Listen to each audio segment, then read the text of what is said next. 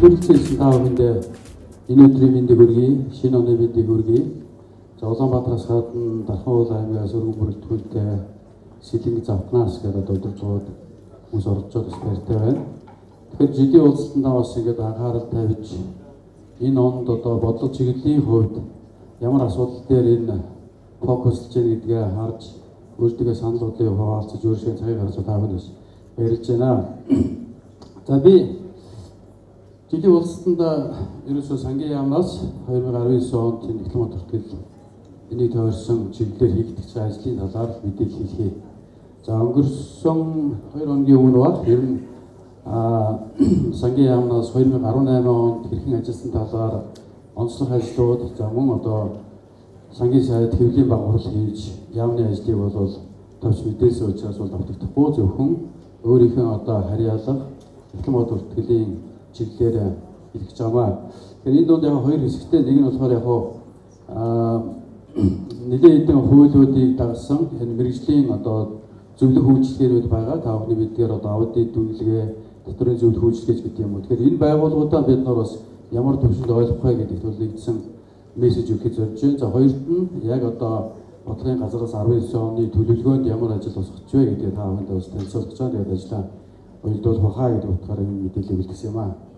За Эхлэн мод хүртлийн бодлогын газрын одоо чиг үүрэг бол та бүхэнд тодорхой байгаа. Энэ Эхлэн мод хүртэл анхшилтны хүртэл Эхлэн мод хүртэл олон улсын стандарт, аудит, за доторын зөвлөх үйлчилгээ, үнэлгээ, програм хангамж мөн ихтэй сургуулиудын одоо хөтөлбөр програмд бол одоо бодлого арга зүгээр хангах, зөвлөгөө мэдээлэл хангах, хяналт тавих юм чиг үүрэгтэй. За эдгээр ингээд яг төвчлөө явъя. За мөн сангийн дэд сайдаар халсан Эхлэн мод хүртэл аудитын стандартын хороо гэж бий. За энэ бол олон улсын стандарт, үндэсний стандарт, түүнд одоо нийцүүлсэн гарсан баримт бичгүүдийн уялдаа зохицуултыг хангах хэмжээг үүрэгтэй энэ бас хороо бол ажилдаг. Ажлын аппарат нууж одоо манай газрын хамт олон бос ажилт юм аа. Тавчхан хэмжээний хэсэг тийм ээ. За стандартыг бол яг бид нар дэлгэрүүлээд ярина. Ер нь бол олон улсын стандартыг дагаж мөрднө гэж бид нар 93 онд хуулинд тусгасан. Тухайд бол бид нар Эхлэн мод хүртлийн одоо нэг л стандартын тухай ярьдаг байсан бол одоо бол маш олон стандарт болсон тийм ээ. Санхүүгийн дайргын олон улсын стандарт, улсын секторын Эхлэн мод хүртлийн олон улсын стандарт, жижиг дунд аж ахуйн нэгжийн санхүүгийн дайргын олон улсын стандарт, боловсролын олон улсын стандарт, ёс зүйн олон улсын дүрм, аудит баталгаажуулалтын олон улсын стандарт гэсэн тийм үү. Маш олон стандартууд байгаа. Тэгээд энэ чиглэлээр бас тодорхой зүйлүүд яригдана. За мэргэжлийн байгууллагууд сангийн яамтай гэрээ байгуулж ажиллаж байгаа. Засгийн газрын тогтоолтой төрийн тодорхой чиглэлийг мэргэжлийн байгууллагаар гүйцэтгүүлэх гэрээний дагуу Монголын мэргэжлийн Эхлэн бодлогын институт хамтарч ажиллаж байна. Ийм тодорхой чиглэлүүдээр тухайлбал мэргэжлийн Эхлэн бодлогыг бэлтгэх, сургах, шалгалт авах, за мэргэжлийн боловсролоор хангах, зохион байгуулалтын ажлууд, за аудитын байгууллагыг арга зүйн удирдлага мэдээлэл хангах, ёс зүйн дүрмийг баталж мөрдүүлэх тийм үү. За энэ стандарттай холбоотой хамтарч ажиллах асуудал байна. За сангийн яамн дээр бол аудит дээр бид тусгай зөвшөөрлийг олгох, за мөн одоо үйл ажиллагаанд нь чанарын хяналт хийх чиглэлээр бол ажиллаж байна. За тэгээд үндэсний аудит, санхүүгийн зохицуулах хороо дээр бол аудитын тодорхой хэсгүүд дээр орж зохицуулалтаар ажиллаж байгаа. Тухайлбал санхүүгийн зохицуулах хороо даатгалын байгууллагууд хийх аудитын чиглэлээр эсвэл одоо үнэт цаас IPO гаргаж байгаа компаниудад аудит хийх чиглэлээр за эсвэл одоо хохирлын үнэлгээ хийх чиглэлээр үнэлгээний институттэй ч гэдэг юм ингээд олон чиглэлээр бас хамтарч ажиллаж байна. За үндэсний аудит бол төрийн аудитаас гадна хараа тус аудиттой хамтран ажиллах чиглэлээр тодорхой ажлуудыг хийдэг. За дараагийн чиглэл нь хөрөнгөний үнэлгээний чиглэл байгаа. За Монголын мэргэжлийн үнэлгээчдийн институт гэдэг байгууллагатаа сангийн яам албаны гэрээ байгуулж ажиллаж байгаа. Тэгээд үндсэн чиглэл маань төрөлхтөө тодорхой энэ үнэлгээчнийг одоо бэлтгэж сургах тийм үү? Давтаж сургах, ёс зүйн асуудал хөгжүүлэх энэ чигийн хүнтэй холбоотой, за мөн үнэлгээний байгууллагатай холбоотой, үнэлгээний олон улсын стандарт, тэгээд арга зүй аргачлал, хүн төрөөс гарах шийдвэртэй холбоотой асуудал байна. За сангийн яамн дээр яг хуулиар тодтогдсон одоо нэмж одоо энэ сургалтын хөтөлбөрийг нь багтаах, за тодорхой дүрм аргачлалыг нь боловсруулах, за эрх олгох, зохицуулах юм чиглэлийн асуудлууд байна. За дараагийн нэг зөвлөх үйлчлэгийн чиглэл байна. Татварын мэргэжлийн зөвлөхийн үйлчлэгээ байна. За татварын мэргэжлийн зөвлөхийн нийгэмлэг гэдэг байгууллагатай сангийн яам албан ёсны гэрээ байгуулж ажиллаж байгаа. тодорхой өөрийн хуультай, мөн зохицуулттай мөн ялгаагүй энэ татварын чиглэлээр их одоо олон нийтийн боловсролыг дээшлүүлэх энэ чиглэлээр одоо мэрэгсэн мэрэгчлэлтийг бэлтгэхэд төрдөө одоо дэм тус үзүүлэх юм одоо арга зүйн удирдлага зөвлөгөө мэдээлэлээр бол хангаж байна. За сангийн яамны мөн ялгаагүй нэгдсэн бодлогоос гадна сургалтыг энэ хөтөлбөрийг нь багтлах, шалгаж үйлийг авахд хамтарч зохион байгуулах, тусгай зөвшөөрлийг олгох чиглэлүүдээр бол ингэж хамтарч ажиллаж байгаамаа. За програм хангамжийн чиглэлээр байна.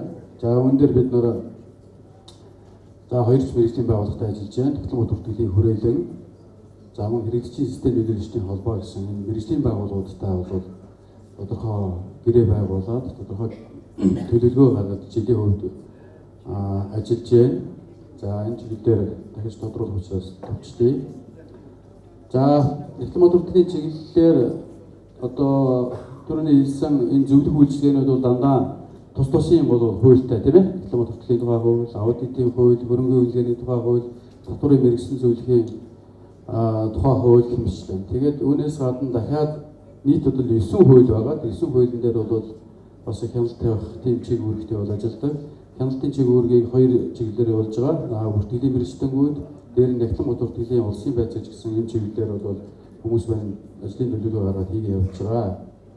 За эхний хэсэг маань яг ер нь энэ мэргэжлийн байгууллагууд бол бид нар манай улсад одоо зарим нь 20 гаруй жил, зарим нь одоо 10 гаруй жил ингээ байгуулагдаад үйл ажиллагаа явуулаад өөрийн гэсэн одоо биеийн даасан салбар хуультай болоод ингээ хөгжиж байна. Тэгэхээр энэ мэргэжлийн байгууллагуудтай төрийн байгууллагын хүмүүс за мөн одоо үйлчлэгээ авж байгаа аж ахуйн нэгж байгууллага хувь хүмүүс та нар маань бас энэ эрх зүйн зохицуулт болоод бүхий зүйлүүд дээр бас ижил тэгш хэрэгтэйгээр хандаж байгаа гэдгийг бас та бүхэн тийм ээ ойлгож уйлдуулж бас ажиллах учиртай маа. За 19 онд бид нар яг нэг юм байгаа. Ерөнхийдөө хууль эрх зүйн чиглэлээр гэдэг нь энэ бид даасан хуулиуд дээр өнөөдөр одоо өөрчлөх шаардлагатай юу, шинжлэх ёстой юу гэсэн асуудал байгаа. За аудитын хууль, нягтлан бодлогын хуулийг бид нар 16 онд батлаад тийм үү шинжилсэн. Тэгэхээр энэ онд бол бид нар энэ хуулиуд дээр гар хүрээ гэсэн бол бодол алга. За тодорхой асуудлуудыг бол мэдээлэл цуглуулад цааш тус өөрчлөлт төр орчныг бол судалж байна. За хөрөнгөний үйлгээний хуулийг бол энэ онд шинжилнэ гэсэн одоо шинжилж найруулгыг батлуулна гэсэн ийм төлөвлөгөөтэй улсын хурлд батлахаар бол хүсэл тавиа явж байгаа. Гэхдээ нөгөө баталдаг субъект маань хурд учраас одоо тэр төвшөндөө цаг хугацааны асуудал болж таарах баг. За бидний хувьд бол одоогоор үзэл баримтлал бол батлуулчаад хууль зүйн сангийн яам хамтарч баталчаа явж байна. Одоо хуулийн төсөл дээр бол ажиллаж байгаа. За татварын мэргэжлийн зөвлөхийн хууль мөн ялгаагүй татварын багц хууль, татварын хуулиудын шинжилэлтэй холбогдоод дагаж бас шинжилгдэх ажил бол энэ доод хийгднэ гэсэн хүлээлттэйгээр явж байна. Тэгэхээр бол хууль эрх зүйн хувьд бол хоёр хууль дээр бол энэ онд тодорхой төвшөнд бол шинжилт өөрчлөлтүүдийг хийх хаа гэсэн асуудал байна.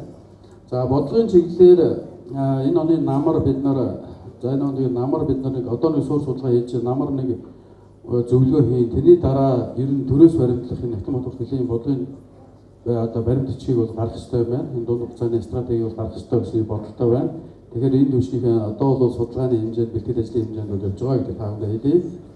За стандартын чиглэлээр олон улсын стандартууд, үндэсний стандартууд, тэрийг хэрэглэхтэй холбоотой тайлбар аргачлал гэдэг олон ажлууд бий. За зарим нь бол хойно давтагдаж гарна.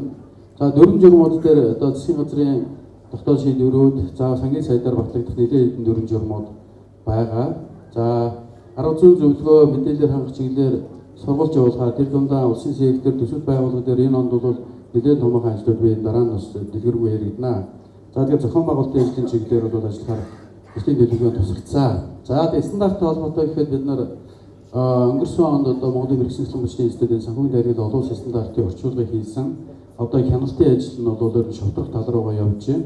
Тэгэхээр энэ онд бол санхүүгийн дайргын олон улсын стандартыг та бүхэн маань магадгүй онлайнаар за магадгүй одоо институт хэвлээд гаргачих юм бол одоо хаард хэлбэрээр тийм үү. Их хэл дээрээ унших хамгийн сүүлийн хэлбэрээр бол боломжтой болж байна. За улсын секторын нягтлан бодлогын олон улсын стандартыг бид нар энэ онд бол гаргаж хэвлээд бас та бүхэндээ хөргөн гэсэн ийм бодолтойгоор ажиллаж байна. Одоогоор зөвлөх баг аваад тодорхой орчуулгын хүмүүстэйгээ гэрээ байгуулад ажил бол ингээд эхэлсэн явж байгаа. За энд бас нэлээд томоохон ажил болж таарах байхаа гэж бодож байна. За ер нь бол улсын сектор дээр та бүхэн мэдж байгаа сүүлийн 10 гаруй жил үндсэндээ ийм дөрвтойхон шинжилгээ өөрчлөлт хийгдэгвэ гэдгийг бол мэдж байгаа. Тэгээд энэ дээрээс их ажил гарнаа. За тэгээд энэ стандартуудыгаа одоо олон түмэнд хүргэдэг зөв батлаад гаргачих биш, хэвлээд орчих биш.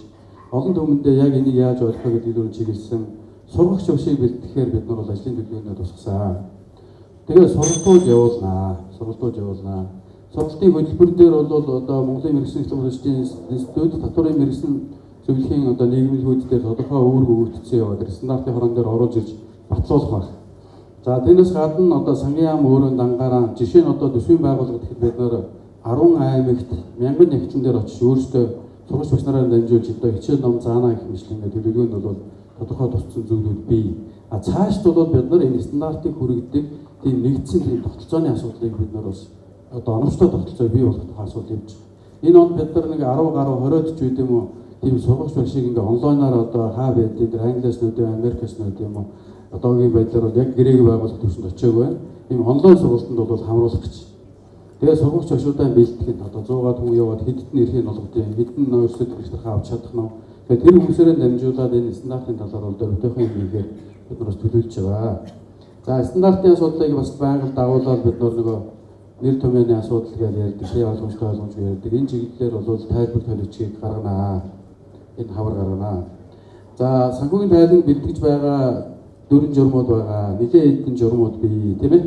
388, 341 гэх мэт олон журмууд бий. За энэний одоо давхар хийдэл ойлгомжгүй байдлыг харилцах чиглэлээр бол ажиллаж байна. Тэгэхээр энэ онд энэ чиглэлийн журмууд бол өөрчлөгдөнө. Боловсролын олон улсын стандартыг одоо орчуулж гаргаж энэ ихтэй сургуулиудад одоо хөтөлбөрт нь хяналт тавьж чиглэлээр ихтэй сургуулийн хөтөлбөрт үлээлт өгөх чиглэлээр хамтарч ажиллана.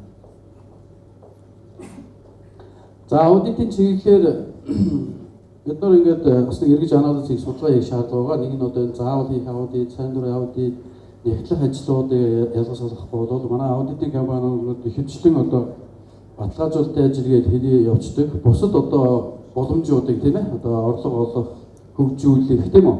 Тэр үйлчлэгээний сувгуудыг бол одоо гаргах хэрэгтэй. Хуулиараа бас энэ чиглэлээр бол ажлууд шийдсэн байдаг. Тэгээ практикт тэрийг хөгжүүлэхгүй байгаа зүйлүүд дээр нь ангилж ялгаж бид нар энэ чиглэлээр бас ажиллах гэсэн нэг бодлого байна. За аудитын үйлчлэгээний жишг үнийг тогтоох энэ журмыг бол оны өмнө бол баталсан байгаа. Энийг хэрэгжүүлж одоо хараа тус аудит төсөв байгууллага болон төсөв төлбөрүүдээр хийхдээ энийг бол баримтж ажиллана. Үндэсний аудиттай гэсэн.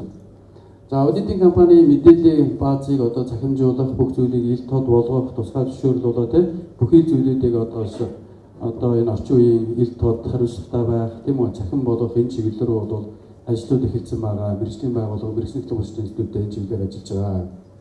За аудитын компани чанарын хяналтыг хийнэ. Энэ талаас та бүхэн тодорхой мэдээлэлтэй байгаа. Өнгөрсөн онд бид нар 64 аудитын компанид чанарын хяналт хийсэн. Өөрөөр хэлбэл яг гэрээд ажиллаа.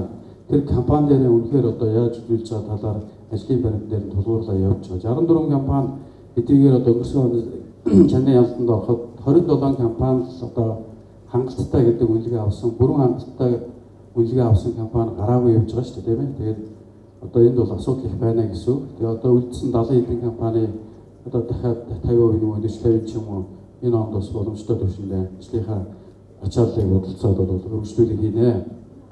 За энэ тусгай зөвшөөрлүүдийг олгох, сунгах, тэтгэл зүйлэх за энэ чиглэлийн ажлууд бол хийгдэнэ. За сургалт мэдээлэл зөвлөгөө өгөх чиглэлээр нэлээд ажлууд бий. За яамн дээр онсын чиглэлийн харьцдаг хүмүүсээ дуудаж сургалт мэдээлэл өгөх ажлууд бий.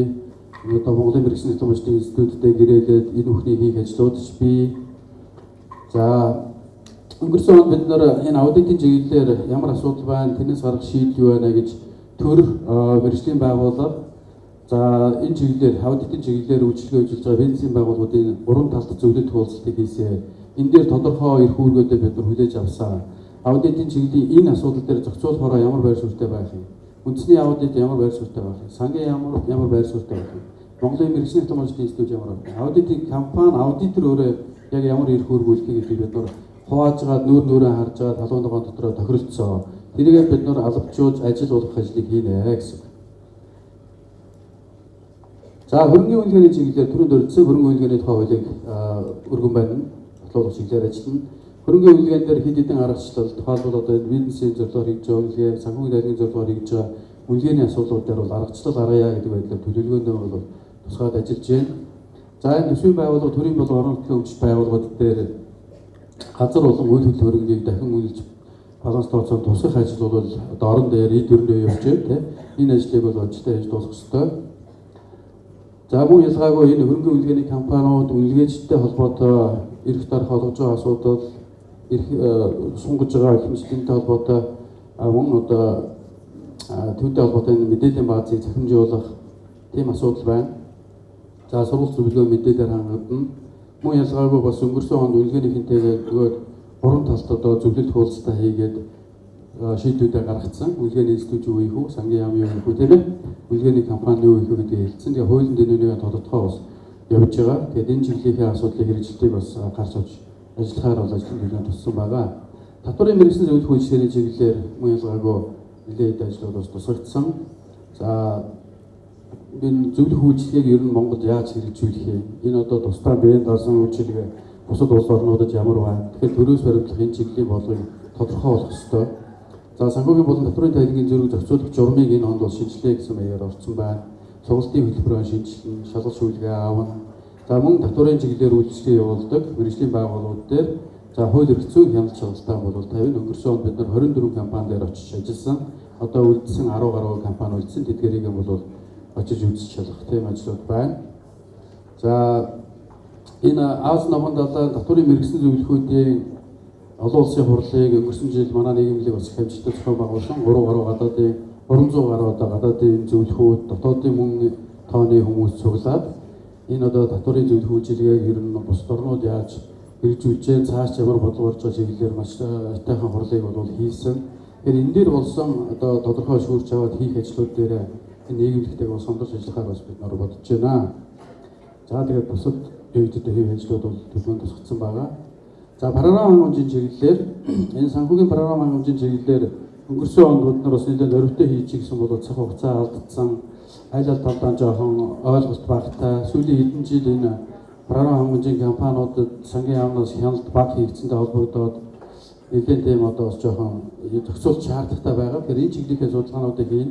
Одоогоор энэ аж ахуйн байгууллага санхүүгийн тайлангаа хэрэглэхэд нөгөө 25 орчим програм хангамжийн компаниуд ажиллаад байна гэж байгаа. Төсвийн байгууллагын 8 орчим програм хэрэглэгдээд байна гэж байгаа. Тэгэхээр энэ програм хангамжууд маань яг одоо тэр олон улсын стандартын дагуу мөн Монголд бүртгэгдэж байгаа хууль дүрм журмын дагуу ажиллаж гэнэ үү юу гэдэгт нь бол үнэлэлт өгөлт өгөхөөр одоо бид нар бас мэргэжлийн байгууллагуудтай хамтраад бэрээлж явж байгаа. Одоо нэг 9 байгууллага ихний ээлжинд үнэлгээгээ авъя гэдэг одоо сангийн яамд бол хандсан байгаа. Энийг ажлыг өргөжлөж явна гэж бодож байна.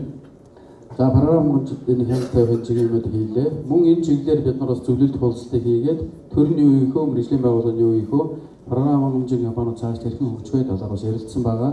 За энэ дээр энэ хэрэгжлийн систем нэршлийн холбоо гэдэг энэ програм зохиогч нар бас хоорондоо нэгдээд нэг юм холбоо байгуулсан. 2 жил гарны туршлагатай ийм холбоогтой бид нар ажиллаж байгаа.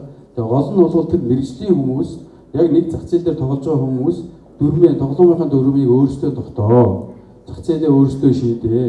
Хөгжлөө өөрөө яриа. Төрөөс бид нар юу яаж дэмжих үү, яаж бодлогоор дэмжих үү, өөр бусад зүйлээр дэмжих үү гэдэг ингэ ярилцаа гэдэг ийм л чиглэлээр явж байгаа. Тэрнээс хөв компани болгонтой бол төрийн зүгээс бол хөөцөлдөх боломж байхгүй.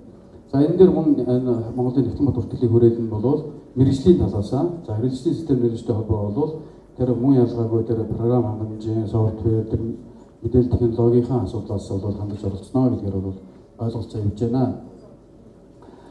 За нэгтгэн бод хүртлийн улсын байцаагч нарыг бол бид нар өнгөрсөн онд бас ингээд семинарласаа энэ чиглэлээр нэлээд олон ажлууд явуулахаар ажлын төлөвлөгөөг нь бол аймагуд руу явуулцаа. Зарим одоо бүртгэлийн мэргэжлүүд ийм ажил хийх юм уу гэдэг төлөвлөгөө өгсөн байна. 3 хуудас төлөвлөгөө өгсөн байна, хийх ажил өгсөн гэсэн. Би яг шалгаад үзэхэд өмнөх өөрийнх нь хуулийн дээр тусгацсан ажлуудаас 3-4 ажил шинээр байгаа юм. Бус нь бол хийдэг ажил юм байл л дээ. Тэгэхээр хүмүүс маань ажлаа яаж хийж ийсэн нь бол эндээс бас харагдах гал ах шиг байна. За дээр нь улсын байцаагч нарыг бол нэлээд тийм одоо үүргэжүүлж эрх үүргийг нь одоо хуулийн дээр заагдсан үүрэг чиглэлээр төлөвлөгөө гаргаад ажиллаж байгаа. За аж ахуйн байгууллагын санхүүгийн тайлангийн ийм баланс дээр тодорхой өөрчлөлтүүдийг хийж байгаа. Саяхан бас институтийн шеэрлээд энэ дээр пэйж дээр тавьсан байсан. Тэр аудитын юу бид нар зөвлөлт хуулцаар шийдсэн асуудлыг шийдсэн тийм үү?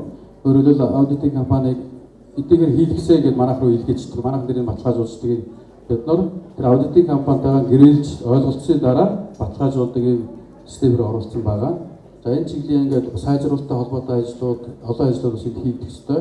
Ер нь бол сангийн яамн дээр тийм нэг дид дата төв байгуулахаар одоо нэг хур системүүд шиг бас дид хурыг бол байгуулахаар манайхан бас зориод яриад яваад энэ чиглэлээр бол энэ төрөний хэлээд баахан цахимжуулах, тусгай зөвшөөрлөлттэй холбоотой асуудлууд, за энэ тайлан баланстай холбоотой, нэгтгэлтэй холбоотой асуудлуудыг сангийн яамн дээр бас нэлээд төвлөрүүлэхээр ийм тодорхой ажлууд бас төлөвлөгдөд явж байгаа. За түүнээс гадна энэ 90% доош төрийн өмчийн оролцоотой энэ аж ахуйн нэгжмэл байгууллагуудын нэгтгэлийг энэ засгийн газрын санхүүгийн нэгдсэн тайланд оруулах ийм журам хийн, аргачлал хийн, энэ чиглэлээр бас ажлын төлөвлөгөөнд орж ажил хийж байна. За Нягтланбат бүртгэлийн улсын үйлчлэгийн ажил ингээд эхлээ явж байгаа. Тэгээ улсын үйлчлэг бол хамгийн сүүлд 2011 онд хийгдсэн билээ. Тэгээд энэ удаа хийхдээ бид нар хоёр үе шаттай хийж байгаа. Эхнийх нь бол одоо энэ нэгтгэлийн програм ашиглаад одоо бол гараар тайлан гаргадаг хүмүүс, гараар тушаадаг, цаасаар тушаадаг юм бол харьцангуй одоо түүх болж үлдэж байна шүү дээ. Тэгэхээр энэ системээр дамжуулаад энэ судалгааг авахыг зорж байгаа. Тэгээ эхний ээлжинд бол тэр байгууллагуудын ерөнхий мэдээллүүд, за тэгээд стандартын нэвтрэлтийн асуудлууд, за тэгээд боловсон хүчний мэдээллүүд, за түрүүний хэлсэн нөгөө зөвлөх үйлчилгээнүүдийг хэр авч जैन, хэр одоо тэдний алдаа оноо байна тийм үү? Тэр чиглэлээр судалгааг авна. За ингээ 3 сар хүрээд 95 энэ судалгааг өгснөхийн дараа юу тайланчин баталгаач маягаар бол системчилсэн байгаа. Тэгээ 3 сараас бас бид нар төвөрлөлт хийгээд тодорхой одоо тэр хангалттай баримт яг Нягтланбат бүртгэл хөтлөлт тэр бодлогын баримтчүүдний хэр яваад талаар бол бичиж төвөрлж шалгахаар энэ хоёр үе шаттайгаар энэ сүйслийг хийж байгаа. Тэгээ ер нь бол бид нар энэ тайланч бай, баланс гэсэн одоо энэ нэгтгэлийн системүүдээр дамжуулж ер нь цааш олон янзын мэдээлэл та бүхэндээ өгье тийм өөрөө сурч явуулж болж байна. Тэгээд эргээд таавнаас юу санал бодлыг чинь сонсъё. Тийм үү? Болж байгаа болохгүй байгаа зүйл хийх сэтгэх тухай асуудлуудыг ийм соёлыг суулгах гэж байгаа. Эхний ээлжийн судалгаанууд дээр та бүхэн маань эхлээд нөгөө сургалт мэдээлэлээр хангахаас өмнө судалгаа авч ингээд төгшөөгөөд цааш бид бүрийн тогтолцоор орхон зөвөө гэж бодож байгаа. За ингээд улсын үйлчлэгээ гараад ирэхэд нэлээд тийм тодорхой дата мэдээтэй бид нар бол болно тийм үү? Тайлан нэгтгэжтэй явж байна. Одоогоор бид нар баланс дээр гэхэд нэг 90 мянган аж ахуйн нэгжийн тайлан нэгтгэж байгаа байхгүй юу?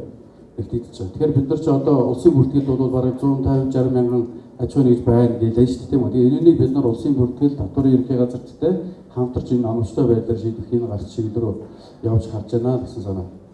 За дараагийн ажил маань энэ бүртгэл санхүү эдийн засгийн улсын 6 дугаар зөвлөгөөнийг бид нар зохион байгуулна гэж ажлын төлөвлөгөөнд тусгасан байгаа. Анх 1965 онд бол анхны зөвлөгөө хийснээс хойш 5 удаа улсын зөвлөгөө хийжээ. Тийм үү? Энэ удаа бас өнгөрсөн түүхээ бид нар дүгнэх ирээдүйн бодлогоо тодорхойлох энэ зөвлөгөөнийг хийх шаардлагатай. Тийм учраас бид нар улсын зөвлөгөөнөө энэ онд хийхээр одоо ажлын төлөвлөгөөнд оруулаад бас ажиллаж байгаа гэсэн.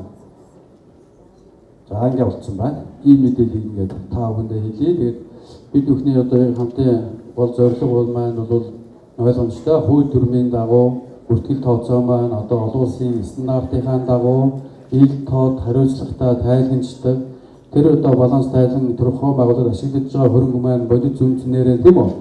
Цагийн магтаан дээр олон улсын үнэлгээнийхээ олон улсын стандартын дагуу үнэлэгдчихдэг. За Монгол төрдөө татвараа шударгаараа төлдөг сэтгхүйтэй тооцоололтой. Тэгээ ийм одоо бүртгэлийн төгөлдрөшлийг бид бүхэн бол ингээд хүсэж байна. Энэ үхнийг ингээд 19 онд энэ маягаар төлөвлөгөө тулсан хэсгийн даавхан гэж тайлбарч хэллээ. Тэгээд анхаарал тавьсан та бүхэнд баярлалаа. Бодлогын чиглэлээр сонирхолтой мэдээлэл өгсөн Чимэдсэрэн дараагта талархаж байгааг илэрхийлж байна. Тэгээд би энэ стандартын талаар хоёр үзэл баримтал байдаг л да. Ижил сэхэхийн болоод ялгаатай байх нь. Тэгээд бид нэр их олон жил дандаа ижил сэхэх хэмийг яриа явуулсан.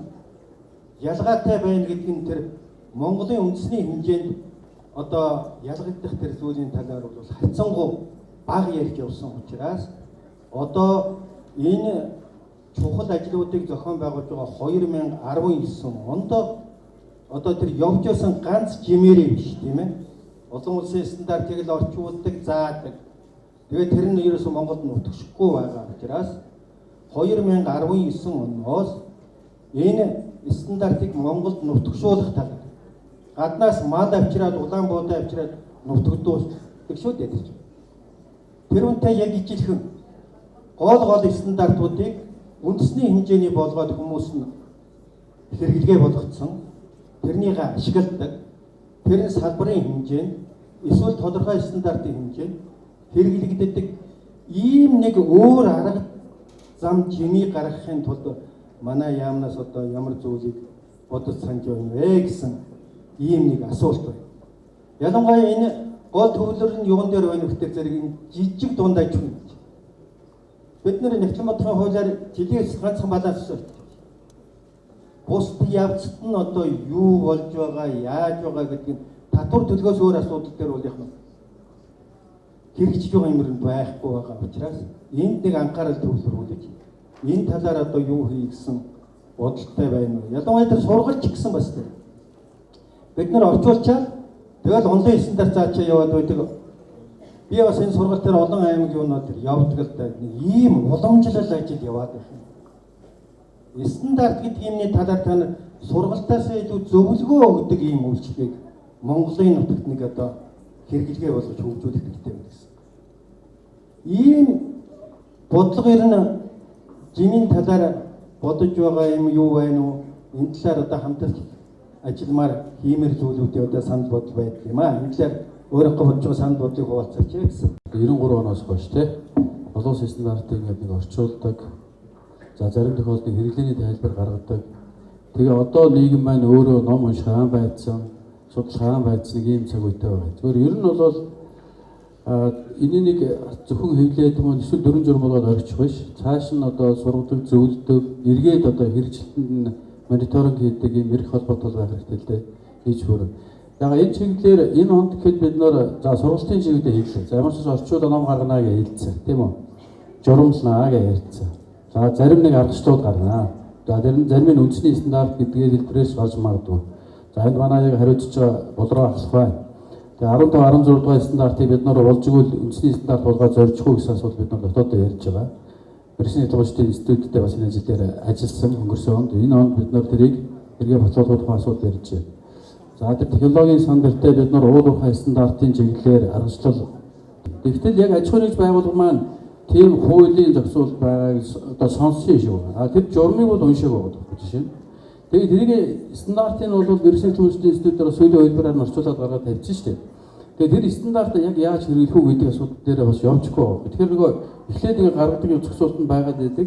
Нөгөө талаас нь нөгөө хэрэглэгч нар аж ахуйн байгууллагын санхүүгийн ажилтнууд маань бас жоохон хариуцлагатайгаар явах тийм зүйлүүд бий. За тэр стандартн дээр бол за эхний ээлжинд би яг төлөвлөгөөд туссан тодорхой асуудлаа хэллээ. Ер нь бол цааш бид нар мэргэжлийн байгууллагыг одоо ихтэй сургууль ч юм уу эсвэл энэ холбоодуудтай энэ чиглэлийн энэ стандартыг хэрэглээ болох талаас ингээд салгаад ингээд яг тэр чиглэлээр санаа зовж байдаг тэр хүмүүсүүдээр нь салбарыг хийн. Одоо жишээ нь уулуурхай стандарт гэх юм бол тэр уулуурхай дээр ажиллаж байгаа бүртгэл санхүүгийн хүмүүс нь тийм үү? Хөдөөж ахуйн дээр ажиллаж байгаа хөдөөж ахуйн салбарын хүмүүс нь тэдний чиглэлийн холбоод нь энэ рүүгээ анхаарад тэр өөрийнхөө юмыг батлуулдаг тэрийг үндэсний стандарт гэж нэрлэнэ үү? Тэрийг тайлбар аргачлал зөвлөмж гэж нэрлэнэ үү? Тэрийг нь төрөөс тодорхой критерий тавиад албажуулаад явдаг энэ тогтолцоор явж ижил энэ бол илүү хэрэглээтэй болгоо. Тэгэхгүй бөөнөр нь нэг стандарт орчуулаад гаргадаг 3000 гооцтой. Одоо стовч бүр 5000 шиг болсон шүү дээ. Тэгээд тэрийг нь хэрэглээний тайлбар гаргаж иргээ дахиад одоо 6-7000 гооцтой болох юм аашаа. Тэгэх юм бол энийг хүн хэрэглэхгүй. Тэгээд яг чиглэл өөртөө хэрэгтэй эсгүүдийн одоо хэсэгчлээд тийм чиглэлээр бол энэ судлааснаар мэргэжлийн байгууллага ихтэй сургуулиудтай болон хамтрахад билээ. За өнгөрсөн онд бид нар хагас жилийн тайланд өгнөд би мэргэжлийн холбоотой явж байхад та хэд энэ чиглэлээр ингээд төсөл хэлбэрээр оруулаад биднэрт өгөөч. Бид нар бас санхүүгийн дэмжлэг үзүүлэх тал руу анхаараадахыг гээд бид нар зөндөө өгж дуулсан. Ганцхан үнэлгээний институт бол нэг хоёр аргачлалын асуудлуудыг бас тодорхой хэмжээний санхүүжилтээр шийдэхээр болоод явж байгаа байхгүй. Бусд нь одоо ингээд өөрсдөө хөдөлмөр байна. Ихтэй сургуулиуд бас энэ чиглэлээр хөдөлмөр, судлааснаар хөдөлмөр.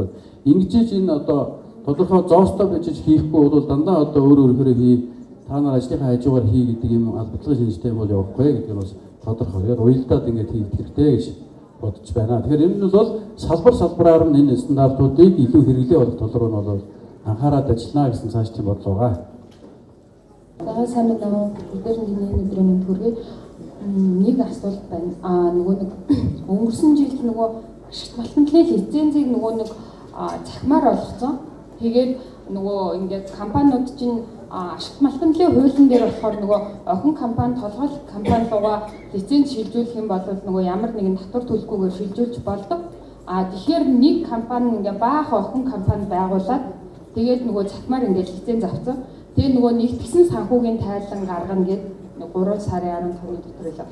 Тэгээд 17 онд нэг тайлан хийж өгсөн. Нөгөө нэг урд нь регистрийн дугаарынхаа урд нэг 2 тоо оруулаад тэгээд шивнэ гэд. Тэгсэн чинь 18 онд нөгөө тайлан баталгаажаагүй. Тэгээд танахаас болохоор тэр талдаар жоохон юм нөгөө нэг хойрох ч гэдэг юм уу тий. Нэг ач холбогдол өгөхгүй хандаад байгаа байхгүй. Гэхдээ тэргүй нөгөө охин компани, толгой компани тус тусаараа аж ахуйн нэгжийн тайлангаа өгсөн.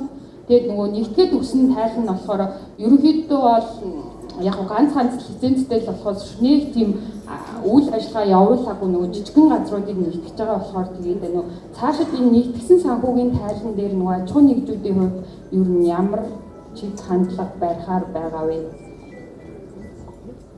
За сурвалжтын би санахгүй байна.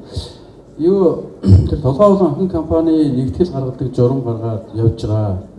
За ач холбогдол одоо бага өгөөд байгаа юм биш үү гэдэг асуудал ирж байна. Тэгээ яг одоо нин үгэд одоо нэг ийм байгаад байна. Бид нар энийг хэрэглээ болох талд өөрөөр төрийн байгууллагууд хоорондоо уялдах тал дээр жоохон дутагдaltaй байгаа зүйл байгаа байхгүй юу? Одоо нин үгэдээ ярихад төсвийн байгууллага төсөл хөтөлбөрүүдийн тайлангууд бүгдийг нэгтгээд тэгээд 5 сард одоо засгийн газраар оролцоод засгийн газрын санхүүгийн нэгсэн тайланыг гаргаж байгаа байхгүй юу? Гаргаж байгаа байхгүй. Гэхдээ энэ маань дандаа нэг юу тал руу байна? Төсвийн тал руу байна. Гэтэл аж ахуйн нэгж байгууллагын тайланг ингээд манай газарт нэгтгээлээд бид хөөж 83%, 90 эдэн мянган аж ахуйн нэгжийн өгсөө 83% байна гэх тийм үү? Тушаал зохих. Тэгээ энийг хэрэгжилж байгаа хүн байх байхгүй. Эцсийн хэрэглэгч нь би газар болж байгаа байхгүй. Миний ширээн дээр авчираад патент тавьж байгаа. Тэгээд манай мэргэжлийн зогсож. Нөгөөгийг нь сургалдаг одоо энэ зохицуулахаар орж байхгүй, статистикийн газар ч байхгүй, яаж нэгтгэдэг гэдэг мэдэхгүй одоо тэгээд яаж мэдээлэл аваад гэдэг. Тэгээ энэ чиглэл дээр бол энэ их чухал ажил байхгүй юу? Уул нь бол энэ Монгол улс нэг улс юм болвол тийм үү?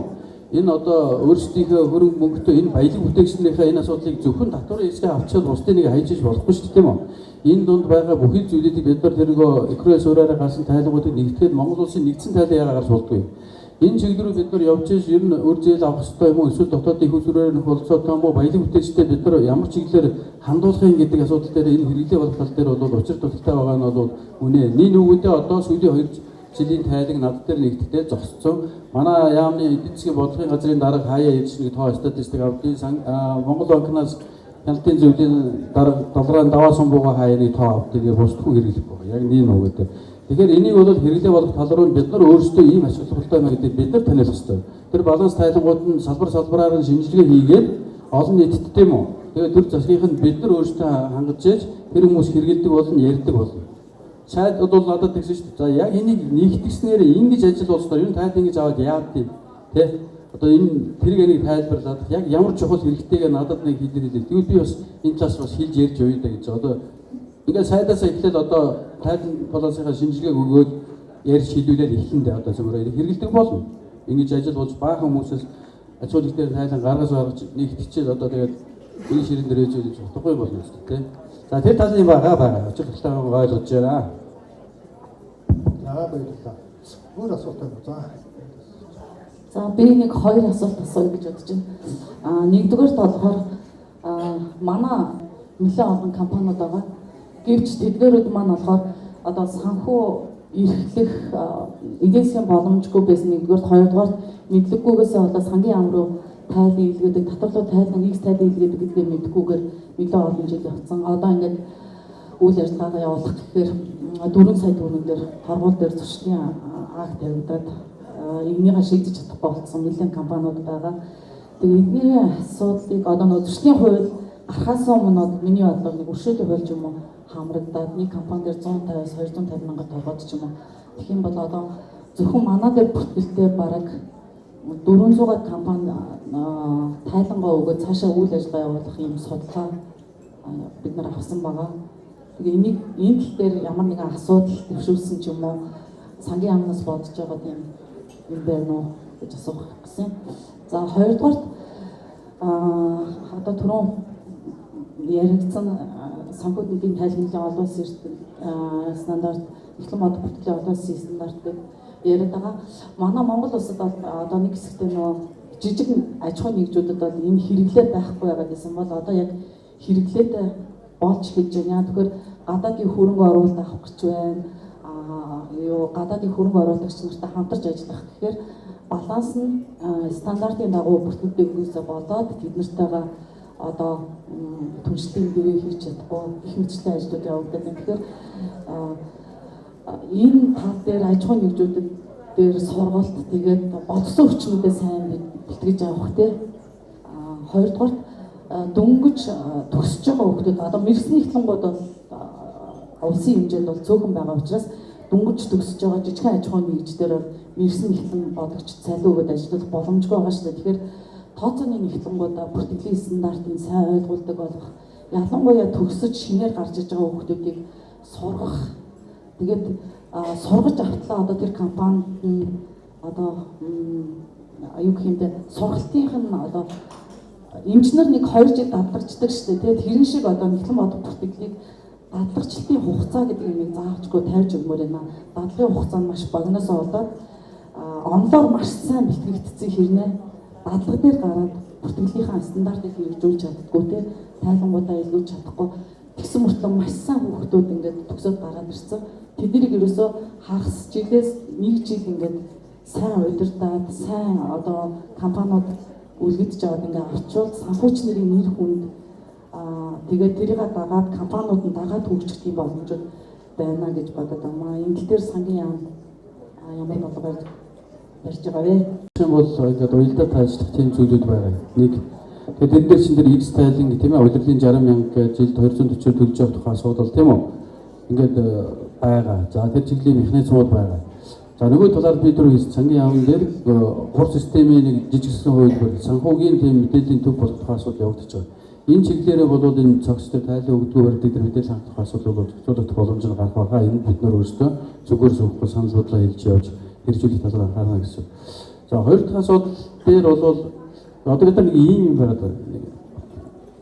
За мэргэжлийн байгууллага жишээ нь мэргэжлийн технологийн институтууд дээр би бас ажиллаж байсан. Тэгээд нэг жилд ингээд тэнд жишээ нь тасралтын улс орны сургалтаар стандарт гэж явахтан зэрэг ингээд зүтгээд нэг 1000 гаруй хүнд хүрч ажиллаж юм байна. Доторын газартай хамтарч игээд бид нар статистикийг харж ирсэн. Гэтэл бид практик дээр чинь 30,000 40,000 хүн ажилладаг гэдэг шүү дээ технологиуд. Бид нар ч одоо нягтлангаач энэ улс үйлчлэлээр тоолоод авчих. Хэдэн хүнтэй гэдэг хин ажиллаад байгаа. Гэрээд дээр хийдэг орон доорыг. Тэгэд энэ стандартын асуудлыг бол бид нар цогцоор нь ярмаар юм билээ. Өөрөөр хэлбэл энэ мэрэгчлэлний бэлтгэх асуудлыг бид нар хэсэгчлээд зөвхөн мэрэгсэнч гэдэг юм уу те ингэж ярихгүй ихтэй сургуулиас нь тийм үү бакалавраас нь за тэгээд дараа нь мэрэгш хүртэлх энэ юмыг цогцлтын хөтөлбөрийг нь бол уялдуулж явахгүй бол ихтэй сургууль нь хаягдсан юм билээ. Тэгээ манай газар дээр хуулиараа бас үүрэг байд юм билээ. Энэ он дээр бол тодорхой ажлууд ихтэй сургуулийн хөтөлбөр дээр анализ хийгдэн. Одоо манайхны бодол санаж байгаагаар ихтэй сургуулиудаар стандартыг бол тодорхой хичээл болгож оруулаад зарим зааж заахгүй байна. Төгсөлтийн шалгалтын одоо нэгдсэн тийм үү нэг бодлого нэг агуулгаар аваач тэгээд ингээд зохицуултын юмуд бодол сансан зүйлүүд байд юм а. Ер нь бол мэрэгчлээс напуулаад мэрэгших бүх төвшөнд нь цогц хөтөлбөр байх талаас нь бол анхаарч ажиллана л гэж бодож байна. Энэ маань зөвхөн одоо төрийн өмчтэй байгууллагын хүрээлэн үү бүх одоо аж ахуйн нэгжийн хийсэн болов бидний ийм асуудал байна. Энэ стандартын нэвтрүүлтийн хэмжээ чинь бол нэлээд хэдэн жилийн өмнө бол 70 мал руу хүрсэн нэлээд өндөр тууж явсан. Сүүл рүүгээ буураад 50 хэд болсон энэ байсан тал руу энийг нэг яг жинхэнэ бодиттой юуг тогтоож авч чадсан болов уу гэдэг ийм асуудал байна. Тэгээд нэг санал болгох зүйл бол юу гэхээр зэрэг энэ стандартын нэвтрүүлэлт бол одоо энэ програм хангамжийн компаниуд байна шүү дээ. Програм хийж байгаа компаниуд маань стандартаа хэр их шингээж тэрнийг хэр их одоо апдейт хийж чадж байна уу юу гэдгийг л нэг жаахан сангийн яам одоо манай институтын бүртгэлийн хүрээлэн эдгээр маань одоо үзэж явахгүй бол энэний хувь заяаг зүгээр ингээд хувийн чанартай гэх юм уу програм хангамжийн компаниудад одоо хариуцуулаад сая чек даргын яриа дотор нэг тийм сонсогдлоо. Тэгэхээр програм хангамжийн компани нэг үржилтэн бид хөөцөлдөхгүй гэж. Тэгэхээр хөөцөлдөхгүй гэхээр тэр нөгөө бүртгэлийн стандартын нэвтрүүлэлтийн хувь заяа чинь тэр хүмүүсийн ерөнхийдөө гарт. Тэр чинь одоо энэ аж ахуйн нэгж байгууллагууд худалдаж авч одоо авч хэрэгжилж байгаа учраас энэ дээр жаахан шаналтай сайжруулах шаардлага байна уу даа гэсэн юм хэлмээр байна. За тэгээд тэр стандартын нэвтрүүлэлтийг жаахан амьд болгож нэлээд одоо хэрэглээ талаас нь нэлээд сайн цензуртмээр байна. Монгол улсын хуулийн бүртгэлийн тухай хуулинд бол одоо аж ахуйн нэгж байгууллагууд бүгдээрээ л одоо стандарт бүрдэл гэсэн байгаа. Энэ шалгалт шүүлэг болохоор зэрэг төрийн хэмжээнд нэг ингээд нэг үүлэнчлээ нар шиг нэг хэсэг юм тусаад цаанаа ингээд нэг хэсэг нь хоцрогдоод байна уу юу? Энэ минийгээ цаашдаа бодлогонд орон тусгаж бүр зүгээр юм аа гэсэн юм санаа хэлсэн юм аа. Аж ахуйн нэгдээр нь хүн очоод тийм үү. Тэгээд тэр юм чи хаана нэг чи яа болж байгааг үгүй үзсэн. Тэгээ маш цөөхөн төөрөлт хийсэн учраас маш цөөхөн өвдөн хөрсөн байхгүй. Одоо бид нар өөрөө үнэлэх системээр хийгээд явуулж хацаан дээр бид нар хамгийн одоо болцоотой өндөр түвшинд бол бид нар судлаа гарна гэж найдаж байгаа. Тэгээ хоёрт нь бид нар хоёр шатных маань бол үнэхээр тэр хүн өөрөө өрн зүй тийм үү бүгэлзүү гэдгийг нь очоод бичиж шалгах нь бол цөөн тооны төвөрлөлт, оновчтой төвөрлөлт хийх тухай асуудал байгаа юм. Төсвийн байгууллага төсөл хөтөлбөрүүд бас орно. Тэдгээр маань тайлангаар хийгдэх юм байна. Тэгээд тайлан дээр бас нэг системчлэгийн хувьд боломжгүй асуудал гараад тэдгээрийг одоо Excel хэлбэрээр авахаар тийм маягаар бол зохицуулалтын цаашаа үргэлжлээ явж байгаа шүү. Тэгэхээр бол улсын хэмжээнд төсвийн болон аж ахуйн нэгж байгууллага бүхий л төвшин болцоотой төвшин тайлан өгдөг бүх байгууллагуудын төвшин судалгаа орно гэж бидний хувьд бол хүлээлттэй байгаа гэсэн. Нэг програм хэмжээний компани дээр бид нар нэг нэгээр хөөцөхгүй гэдэг нь энэ донд нэг мэргэжлийн байгууллага ажиллаач эдгээр нь ажиллаа их боломжийг олгоё тэднийг бид нар дэмжээ гэдэг утгаар хэлсэн. Тэрээс бид нар хямд бүхий чиг үүрэг бол байдгаараа байлгүй яах вэ? Тэр одоо жижиг аж ахуйн нэгжүүд санхүүгийн тайлан, татварын тайлан жилд ганцхан удаа гаргана. Одоо шинэ батлагдах гэж байгаа хуулийн тухай ярьж байгаа юм шиг байна. Тэрэн дээр бол одоо нягтлан бодогчид мөнгө төлж тэр тайлан гаргаж явах хэрэггүй ухааны юм ярьж байгаа. Одоо энийг ажил төрлийн шугамаар тэр тавжууд даргад хийж мэдээлэх хэрэгтэй биш үү? Энэ олон нягтлан бодогч нарыг ажилгүй болгож нэгдүгээр, хоёрдугаар нөгөө сайхан санхүүгийн тайлангийн чинь үр дүнг хинч үзэхгүй байх юм уу? Яах юм бэ? Юу яриад байгаа нэрээс ойлгомжгүй. Энийгээ бас нэг учир явдалтай шиг болгож ярьж ажил төрлийн шугамаар ярьж өгөөч гэсэн хүсэлт байна.